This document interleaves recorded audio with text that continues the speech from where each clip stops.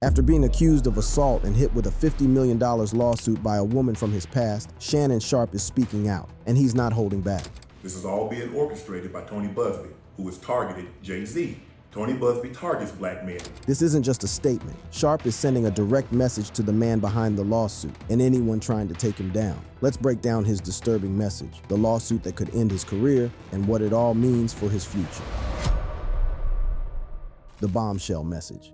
Things took a serious turn for Shannon Sharpe on April 21st, 2025, when court documents revealed a woman identified only as Jane Doe had filed a civil lawsuit against Sharpe, demanding an astronomical $50 million in damages. The lawsuit's content sent immediate reverberations through media circles, with its explosive allegations of sexual assault, battery, and intentional emotional distress against one of sports broadcasting's most recognizable voices. The plaintiff's allegations paint a disturbing timeline. According to legal filings, she encountered Sharpe at a Los Angeles fitness center in 2023 when she was approximately 19 or 20 years old and he was 56. What began as what she characterizes as a rocky consensual relationship allegedly transformed into something controlling and abusive by summer 2024. The lawsuit details multiple alleged non-consensual encounters in October 2024 and January 2025, claims of unauthorized intimate recordings, and patterns of intimidating behavior. The legal firepower behind these allegations adds another layer of intrigue. The accuser's representation comes from attorney Tony Busby, whose name carries significant weight in high-profile litigation.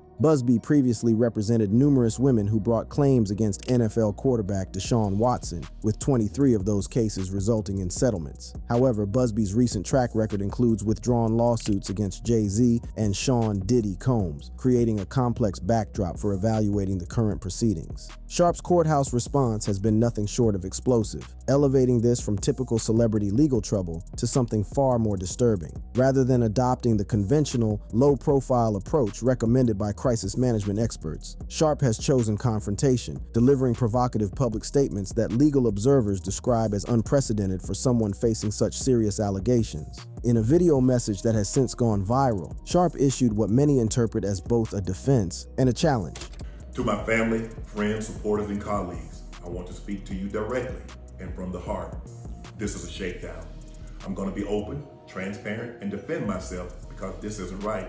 Through his attorney, Lanny J. Davis, Sharpe has maintained that all interactions were consensual and frequently initiated by the accuser herself with explicit and specific requests. Davis characterized the lawsuit as a blatant and cynical attempt to shake down Mr. Sharpe for millions of dollars, dismissing it as comprising lies, distortions, and misrepresentations. In perhaps the most shocking tactical maneuver yet, Sharpe's legal team publicly released what they claim are explicit text messages from the accuser. These communications, which have been widely circulated across multiple platforms, contain sexually explicit content that Sharpe's representatives argue demonstrates not merely consent, but enthusiastic participation from the accuser. One of them reads, "I want you to put a dog collar around my neck and choke me with it while you're effing me."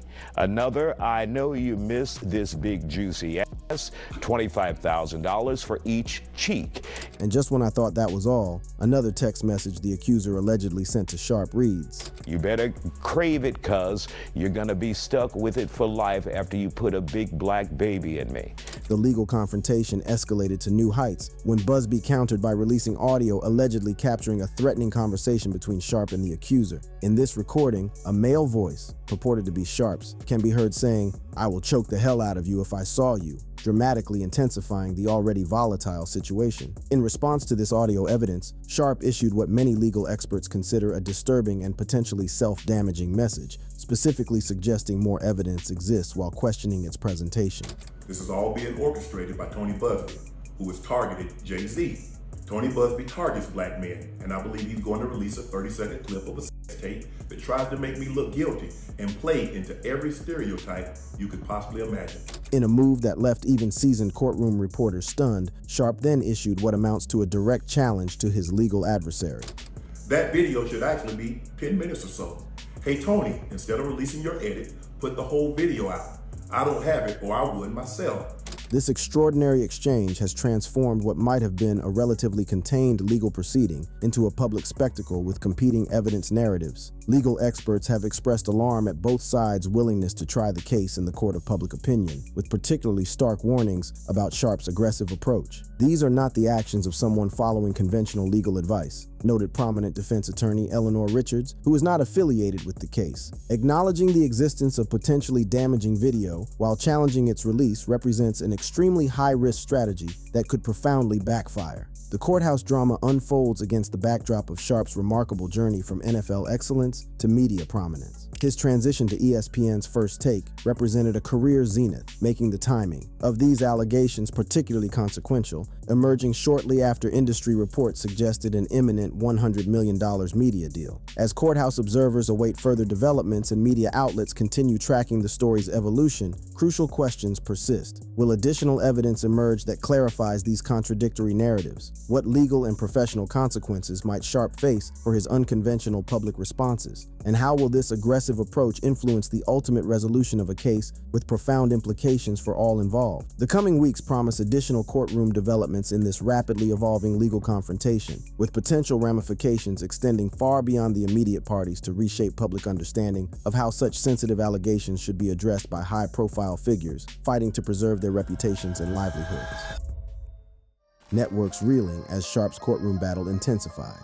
As Shannon Sharpe's disturbing messages continue reverberating throughout the sports media landscape, attention has shifted to ESPN, where executives face mounting pressure to address the controversial statements from one of their most prominent on-air personalities. The network's carefully measured response, or what critics characterize as conspicuous hesitation, has itself become a focal point of industry analysis and public scrutiny. When the lawsuit's explosive allegations first surfaced, ESPN maintained what many observers considered a telling silence. According to multiple outlets, including NBC News, when approached regarding the serious claims against one of their featured broadcasters, an ESPN spokesperson offered only a terse no comment. This minimal initial reaction immediately triggered speculation about internal deliberations and strategic calculations taking place behind closed doors at the sports media giant. Industry veterans have noted the stark contrast between ESPN's current approach and historical precedent in similar situations. In 2010, when facing previous allegations during his tenure at CBS Sports, Sharpe voluntarily stepped away from his broadcasting responsibilities,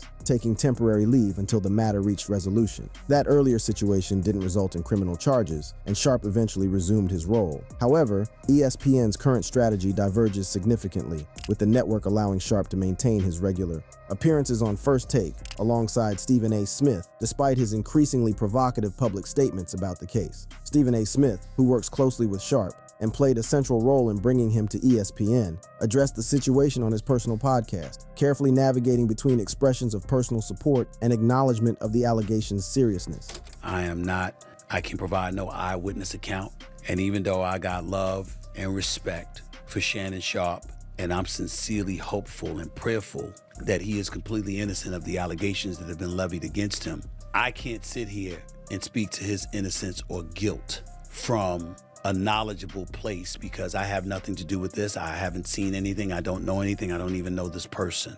Smith revealed conversations with senior Disney leadership regarding the unfolding controversy. We are taking this matter very seriously, and we are looking into this very, very closely. And once we gather as many facts as we possibly can, we will go from there. And that is all he said. This measured corporate response suggests deliberate information gathering before decisive action, potentially allowing legal proceedings to advance before making determinations about Sharpe's professional future at the network. However, Smith's expressed uncertainty regarding Sharpe's long-term prospects at ESPN indicates that even those within Sharpe's professional circle cannot predict the network's ultimate response to his increasingly combative courthouse statements. Sharpe's professional stakes could scarcely be higher. After joining ESPN in 2023 as a recurring analyst on First Take, he quickly established himself as an essential voice in sports commentary. His relationship with ESPN was reinforced through a contract extension in February 2024, followed by a multi-year arrangement in June 2024, demonstrating the network's long-term confidence in his broadcasting capabilities. Beyond his ESPN responsibilities, Sharpe has built a substantial independent media presence through popular podcasts, Club Shay Shay, and Nightcap, with the former earning recognition as Outstanding Society and Culture Podcast at the 2025 NAACP Image Awards. Industry insiders had suggested Sharpe was approaching a landmark media deal, potentially valued at $100 million just before the lawsuit emerged, making his aggressive courthouse statements particularly consequential for his professional future. As Smith noted on his podcast, "In my perfect world, he moves on, and somehow, some way, we find this all to be false. But it doesn't seem like that's the way things are about to go down, considering who Mr. Busby is and how emphatic his client is proclaiming that she is right and she's telling the truth." Public reaction to ESPN's management of the situation amid Sharpe's courthouse pronouncements has fractured along predictable lines. Some viewers and media analysts have criticized the network for allowing Sharpe to continue his broadcasting duties while making potentially damaging public statements about an active legal matter. Others have defended ESPN's measured approach, suggesting the network is appropriately allowing due process before making employment decisions, particularly in civil proceedings where the evidentiary threshold differs from criminal cases. Crisis management experts have expressed particular concern about ESPN's position, given Sharpe's unconventional and aggressive public communications about the case. When your talent is making provocative statements challenging the release of potential evidence in an active legal matter, it creates extraordinary complications for the network, noted reputation management consultant Victoria Harlow, who is not affiliated with ESPN. Each public statement raises the stakes for both the individual and the organization associated with them. ESPN's decision-making calculus undoubtedly incorporates numerous factors beyond Sharpe's courthouse declarations. The network must evaluate its brand integrity, relationships with advertisers and commercial partners, internal policies regarding employee conduct, and the precedential implications their handling of this situation might establish for future controversies. These considerations unfold within an increasingly complex legal narrative, as Sharpe continues making public statements that legal experts consider potentially detrimental to his case. The potential outcomes for Sharpe's ESPN career vary dramatically, depending on both how the lawsuit progresses and how he continues communicating about it publicly. Should the lawsuit be dismissed or Sharpe be found not liable, he might continue his role at ESPN, though his provocative public statements could still result in professional consequences regardless of the legal outcome. If found liable, or if additional damaging evidence emerges following his challenges to release it, ESPN would face overwhelming pressure to terminate its relationship with Sharpe, potentially ending his mainstream media career. Even without a legal resolution, ESPN might eventually reconsider Sharpe's position if his public statements about the case become increasingly problematic or if audience and advertiser backlash intensifies. These professional considerations extend beyond Sharpe's ESPN responsibilities to encompass his broader career and NFL legacy. While his on-field achievements, including 3 Super Bowl victories and his 2011 Pro Football Hall of Fame induction, are unlikely to be formally affected by civil allegations, his public handling of these accusations could permanently alter public perception of his character and judgment. Currently, ESPN appears to be proceeding with measured caution, continuing Sharpe's regular broadcasting schedule while monitoring both legal developments and his ongoing public commentary about the case. This approach allows the network operational continuity while preserving flexibility to respond as circumstances evolve. Media industry analyst Jason Castillo, not connected with ESPN, observes, "Networks face an impossible balancing act in these situations. Act too quickly without complete information and you risk unfair treatment. Wait too long while your talent makes increasingly provocative statements and you risk organizational reputation damage." ESPN appears to be buying time while evaluating an extremely fluid situation. The coming weeks will prove critical for Sharpe and ESPN as his courthouse statements continue making headlines and potentially influencing both legal proceedings and public perception. The unprecedented nature of his communication strategy ensures this case will likely establish new precedents for how media organizations respond when talent facing serious allegations chooses aggressive public confrontation rather than strategic silence. The consequences of Sharpe's actions.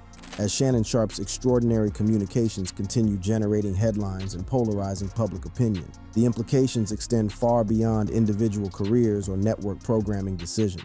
His disturbing messages from the epicenter of this legal battle have transformed what might have been a contained civil proceeding into a multi-platform spectacle, raising profound questions about evidence disclosure, media ethics, legal strategy, and accountability in today's digital landscape. Perhaps the most troubling aspect of this unfolding controversy is how rapidly both parties have abandoned traditional legal discretion in favor of trying their case in the court of public opinion. Sharpe's legal team released alleged text messages from the accuser, while attorney Tony Busby countered with audio recordings purportedly demonstrating threatening behavior. This public evidence battle represents a disturbing evolution in high-profile cases, where social media platforms enable the instantaneous distribution of selectively curated evidence that would typically remain confidential until formal court proceedings. Legal experts have expressed particular alarm about Sharpe's acknowledgement and challenging characterization of potential video evidence. By directly addressing what he believes will be a 30-second clip of a sex tape while claiming a longer version would exonerate him, Sharpe has made an extraordinary gambit that veteran attorneys consider potentially self-damaging. When a defendant publicly acknowledges the existence of recordings while challenging their completeness, they're taking an enormous risk, explains judicial analyst Morgan Freeman, no relation to the actor, who has covered high-profile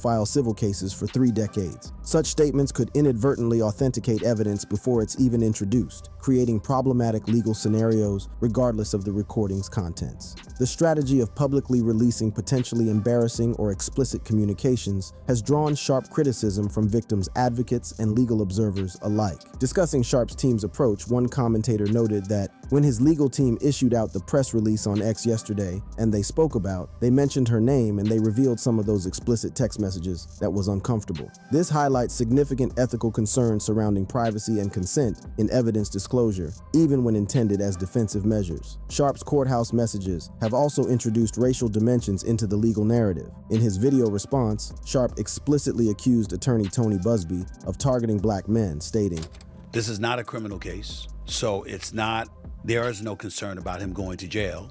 This is a civil case, which means that he can either be found liable or not liable." This framing introduces broader societal concerns about racial disparities and how sexual misconduct allegations are handled and perceived. While some have criticized Sharpe for deflecting from specific allegations by introducing this element, others see it as reflecting legitimate historical patterns in high-profile cases involving prominent black athletes and entertainers. Beyond racial considerations, Sharpe's aggressive courthouse communication strategy has created extraordinary complications for traditional crisis management approaches. By directly challenging his accuser's attorney regarding potential evidence with statements like, "That video should actually be 10 minutes or so. Hey Tony, instead of releasing your edit, put the whole video out. I don't have it or I would myself."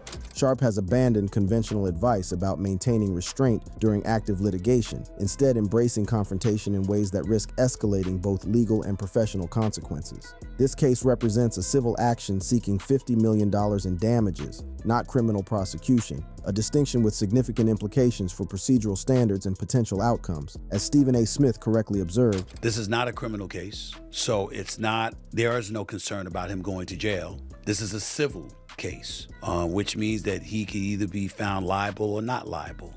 While this distinction means Sharpe faces no risk of incarceration, his provocative public statements could potentially influence civil proceedings where the preponderance of evidence standard, essentially meaning more likely than not, determines outcomes rather than the beyond reasonable doubt requirement in criminal cases. Social media's role in amplifying and distorting the courthouse messages cannot be overstated. As Sharpe's statements and Busby's counter-evidence circulate across platforms like X, formerly Twitter, and Instagram, public opinion has coalesced around predetermined perspectives, with nuanced understanding increasingly difficult to achieve. The instantaneous, unfiltered nature of these communications creates a disturbing precedent for how high-profile legal matters might be litigated in public moving forward. The controversy surrounding Sharpe's courthouse communications also highlights uncomfortable questions about age disparities in relationships. When the relationship began in 2023, the accuser was reportedly 19 or 20 years old, while Sharpe was 54. While legally permissible, this age difference has become a focal point of media coverage and public commentary,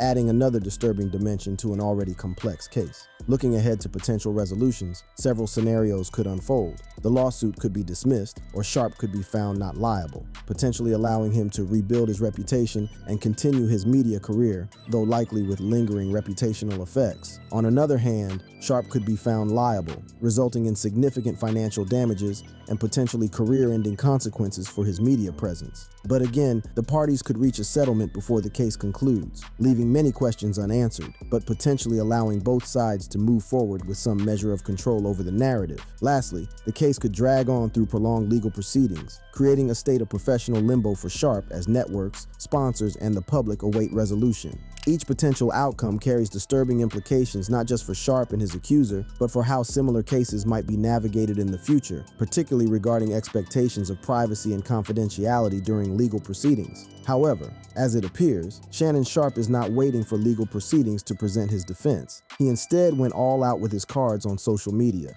While others take it as a show of credibility and transparency, others, especially in the legal field, are calling it a dumb move. For media organizations like ESPN, this case creates an unsettling precedent as they navigate talent facing serious allegations in an era where traditional boundaries between public and private communication have dissolved. ESPN's current approach of allowing Sharpe to continue on-air appearances while making potentially damaging public statements establishes particular expectations that will inevitably be referenced in future controversies. What's particularly concerning about media organizations' responses to such situations is the inconsistency across the industry. Some networks have taken immediate action to suspend or remove talent facing serious allegations, while others adopt the wait-and-see approach ESPN appears to be employing. These variations highlight the absence of industry-wide standards for addressing situations where on-air personalities make provocative public statements about active legal matters, creating unpredictable outcomes for all involved. For Sharpe himself, the stakes attached to his communication strategy could not be more consequential. At 56 years old, following a Hall of Fame playing career, Sharpe has built a successful media presence, transitioning from athlete to broadcaster and podcast host. His Club Shay Shay and Nightcap podcasts have developed substantial audiences, with the former winning an NAACP Image Award in 2025.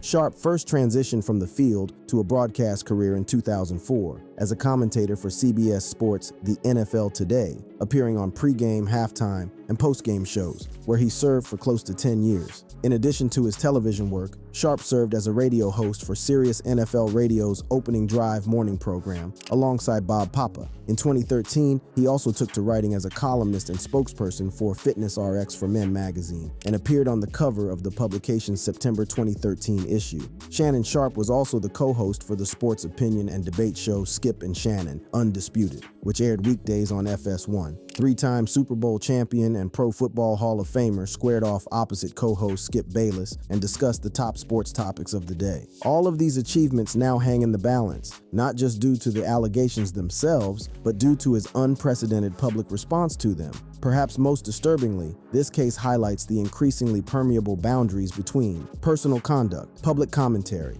and professional consequences in today's media environment. In an era where private communications can instantly become public evidence, and where video and audio recordings can be selectively edited and widely distributed, figures like Sharpe face unprecedented scrutiny not just for the allegations against them, but for how they choose to address those allegations publicly. As legal proceedings continue unfolding amid Sharpe's ongoing public commentary, this case serves as a disturbing illustration of how rapidly traditional norms around legal discretion, evidence presentation, and crisis communication have evolved in the digital age. No matter how this particular matter resolves, it has already established troubling new precedents about how public figures respond to serious allegations, with potential long-term implications for judicial processes, media coverage, and public understanding of complex legal matters involving prominent personalities. For now, all stakeholders, Sharpe, his accuser, ESPN, legal teams on both sides, and the viewing public find themselves navigating what veteran courthouse reporter Sandra Michaels describes as completely uncharted territory, where traditional boundaries between courtroom proceedings and public relations have essentially collapsed. The ultimate resolution will likely establish new frameworks for how similar situations are handled in the increasingly boundaryless world of modern media, with disturbing implications for privacy, due process, and the intersection of personal conduct and professional consequences. If you enjoyed this video, click on the card showing on your screen for more videos.